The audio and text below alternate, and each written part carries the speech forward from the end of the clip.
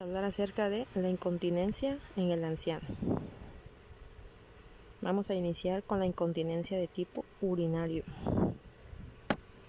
Como concepto tenemos que es la pérdida involuntaria e incontrolada de orina o la incapacidad para retenerla en la vejiga, y tiene como consecuencia tanto problemas físicos, higiénicos, psicológicos y sociales. El principal problema que van a afrontar los abuelitos ancianos con este problema es la depresión, la vergüenza y el aislamiento por el temor al rechazo. Dentro de la epidemiología tenemos aquí estos números que nos presentan la prevalencia o incidencia que tiene la incontinencia en el país. Por ejemplo, en la población anciana tiene una prevalencia del 8 a 34%, del cual los hombres ocupan el 6.6% y las mujeres el 14.5%. En mayores de 65 años la prevalencia es del 6% y hasta el 15% cuando ya rebasamos los 85 años. Es decir, a partir de los 65 años el riesgo se va incrementando. El 30% de la población de adultos mayores va a presentar en algún momento de su vida incontinencia urinaria. Si el paciente está hospitalizado, este porcentaje va a aumentar más, uno por la depresión y otro por el estar inmovilizado, y la dieta y otras comorbilidades van a prevalecer para que el paciente pueda experimentarlo. Las mujeres son las más afectadas, del 30 al 40% de las mujeres ancianas la van a presentar. En ambos sexos puede presentarse otro trastorno que es la nicturia. No precisamente es incontinencia, pero sí la necesidad de orinar por las noches a cada rato, y cuando el paciente no puede movilizarse, pues va a condicionar a que el paciente al final de cuentas se orine en la cama porque no puede caminar. Los trastornos demenciales tienen que ver con lo que es la incontinencia. Se relaciona más con los síndromes demenciales, ocupan el 77%, de los cuales el que más se relaciona es del tipo Alzheimer. Como ya mencioné, la inmovilidad causa hasta un 82% de incontinencia. El hecho de que el paciente tenga incontinencia va a incrementar más el trastorno de ansiedad por el miedo y la vergüenza.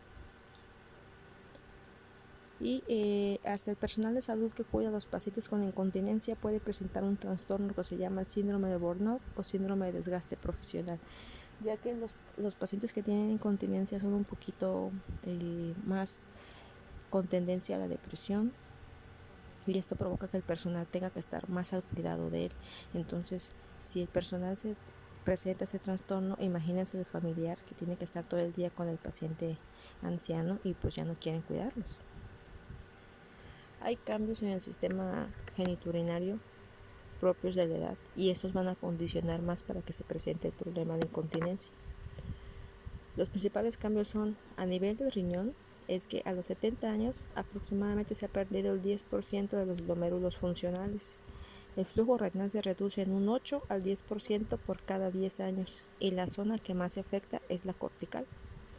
El filtrado glomerular se va a reducir de 0.8 a 1 mililitro por año a partir del tercer decenio, y a los 80 años ya tiene un 50% nada más de funcionalidad. La vejiga, sus cambios principales es que pierde elasticidad y tono muscular, lo cual va a reducir la contractilidad, debilita los músculos del piso pélvico y el esfínter vesical. Entonces va a perder esa capacidad para conservar el volumen urinario y poder retrasar la micción. En el caso de la próstata, que afecta a los hombres, la hipertrofia va a favorecer la retención urinaria, las infecciones y obviamente la incontinencia. Y en ambos sexos, como ya mencioné, se va a presentar la nicturia. Hay factores de riesgo que están condicionando al adulto mayor para que se presente este problema. No necesariamente tiene que ser en el anciano, puede ser en un adulto joven o en un niño, pero como ya vimos, el aumento de edad pues va a favorecer más a estos factores. El principal es la edad. A partir de los 65 años se va a incrementar el riesgo, y a partir de los 80 el riesgo se va a duplicar. La tos crónica o todo aquello que aumente la presión intraabdominal, como reír, por ejemplo, puede provocar tipos de incontinencia de urgencia en pacientes no ancianos, en pacientes jóvenes. La diabetes mellitus, porque provoca problemas de parestesias, y también disminuye la sensibilidad. El tabaquismo, la obesidad, trastornos del sueño, el estreñimiento, fármacos hipnóticos y ansiolíticos, la demencia. En el caso de las mujeres, la paridad es el principal factor de riesgo. Mientras más hijos tenga, y si es de forma natural, va a favorecer que los músculos del piso pélvico se debiliten. Cirugías como histerectomía y tratamientos hormonales. Y en el hombre, la hipertrofia de la próstata también va a favorecer este trastorno. La etiología es multifactorial. Como podemos ver, hay muchas cosas que van a favorecer la presencia de esta enfermedad. Las primeras son las metabólicas, donde encontramos la diabetes mellitus. Las ginecológicas, donde encontramos la atrofia de toda la mucosa vaginal, cistoceles, prolapsos uterinos y la multiparidad, que es la principal. Iatrógenas, como la instalación de una sonda uretral con mala técnica o fármacos. Las urológicas, como hipertrofia prostática benigna en el hombre y la prostatectomía. Neurológicas, como enfermedad de Parkinson, hidrocefalia, demencia senil tipo Alzheimer, que ya vimos que es la principal, y el delirium. Funcionales, como deterioro físico o cognitivo. En las psiquiátricas entra la depresión, y en las infecciosas las más comunes son la infección de vías urinarias. ¿Cómo se clasifica la incontinencia? Hay dos tipos de incontinencia, la urinaria aguda o transitoria y la urinaria persistente. La incontinencia urinaria aguda o transitoria es de inicio abrupto, se relaciona con una enfermedad aguda o es secundaria a algún trastorno iatrógeno. Generalmente suele ser reversible. La incontinencia urinaria persistente debe persistir por más de 3 semanas y se va a subclasificar en 4 tipos más: la incontinencia de urgencia, la de esfuerzo, la funcional y por rebosamiento. Y aquí tenemos los 4 tipos de incontinencia. La incontinencia de urgencia, que es la más común, es la pérdida de orina acompañada por un deseo urgente de orinar. La tipo 2, incontinencia funcional, es la pérdida de orina acompañada de incapacidad para llegar al baño en el tiempo necesario por deterioro de las funciones físicas o cognitivas, en aquellos abuelitos que no pueden caminar por sí solos o que necesitan algún medio auxiliar para poder desplazarse. La incontinencia de esfuerzo, que también es la más común, es la pérdida involuntaria de orina en pequeñas cantidades vinculada con circunstancias que van a elevar la presión abdominal, reír demasiado o la tos crónica. Y la 4, que es la incontinencia urinaria por rebosamiento, es la pérdida de orina por distensión exagerada de la vejiga. El hecho de que la vejiga se distienda demasiado va a provocar a su vez que obstruya el agujero uretral. Esta distensión es como si fuera un tanque de agua, se rebalsa de agua y pues el agua va a buscar por dónde salir. En este caso la vejiga se rebalsa tanto y a su vez se obstruye que busca por dónde sacar los poquitos de orina, y eso provoca al final de cuentas el goteo involuntario. Dentro de la fisiopatología tenemos que el reflejo miccional inicia cuando el volumen de orina en la vejiga es de 150 a 200 mililitros aproximadamente, y la capacidad para mantenerlo depende del cierre uretral. Si ustedes recuerdan en fisiología, el reflejo miccional se va a iniciar por 2 formas. 1, el que la vejiga se llene de orina, y 2, que el impulso llegue hacia el cerebro para que mande la señal de que tenemos que orinar y se inicie como tal el proceso de la micción. El sistema de controles dobles se refiere a que el esfínter interno, que está inervado por el sistema nervioso autónomo, y el esfínter externo, que es de tipo voluntario, van a controlar esa salida de orina. Los esfínteres son como llaves que se van a abrir y cerrar para ajustar cuándo y cuánto va a salir de orina. El vaciamiento vesical va a depender de la respuesta del sistema nervioso al incremento del volumen de orina en la vejiga. Cuando ese reflejo de que ya no calcula o que ya no recibe, que ya se llenó la vejiga y tiene que salir, esos problemas van a ocasionar que la vejiga se rebalse y que salga la orina, o bien que no se llene por completo y ya quiera vaciarse. En el control neurológico de la micción van a participar estructuras nerviosas como el puente, que forma parte del bulbo, la corteza parietal y la corteza frontal.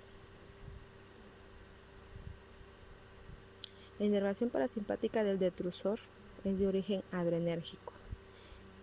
Recordamos que el detrusor es el músculo principal de la vejiga.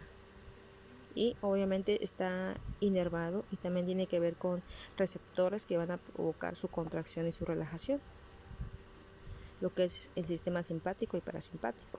Aquí podemos ver en este esquema cómo es que podemos lograr apreciar que si los esfínteres están fuertes van a provocar que se mantenga cerrado la salida de orina, y cuando los esfínteres están relajados y ya no funcionan, ya no hay quien controle la salida y empieza a gotear la orina. Para el diagnóstico de la incontinencia, a simple vista, clínicamente podemos ver que alguien tiene problemas de incontinencia, pero no siempre va a ser un problema como tal neurológico, podría ser un problema físico. Generalmente en los adultos mayores es un problema orgánico, ya por deterioro funcional de los músculos, de la vejiga y a nivel neurológico.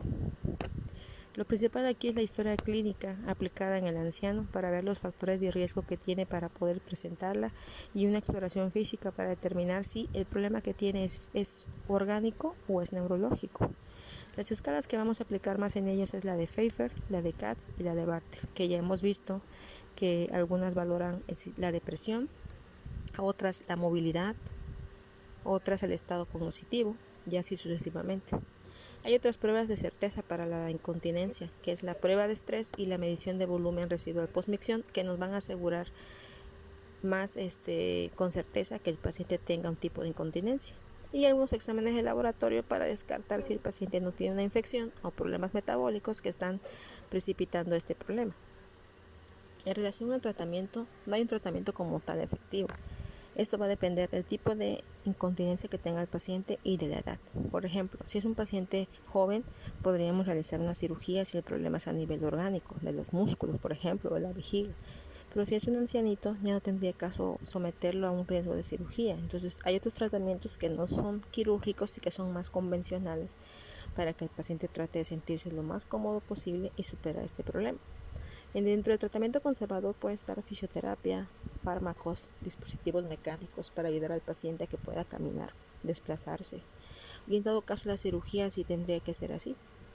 Entre otras medidas útiles para estos tipos de incontinencia es pues, que el paciente utilice un tipo de pañal que no lesione su piel, estar pendiente del paciente cuando quiera ir al baño, alguien que lo ayude a moverse, que ejercite sus músculos pélvicos,